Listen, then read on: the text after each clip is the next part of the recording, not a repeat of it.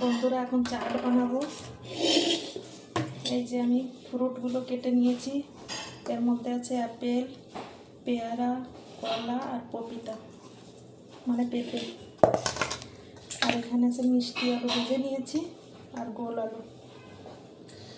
আর এই মশলার মধ্যে আছে শুকনো লঙ্কা, ধনে আর জিরে বেটে পিষেছি।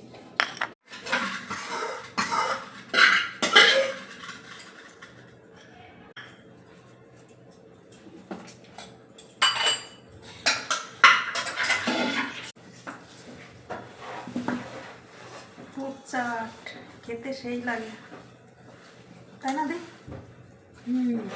না টেস্ট করে লবণ টবণ হলো কিনা।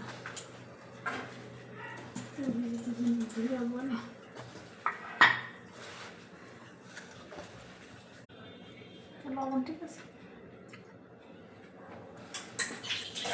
মশলা দেবো বন্ধুরা, এরকম একদম রেডি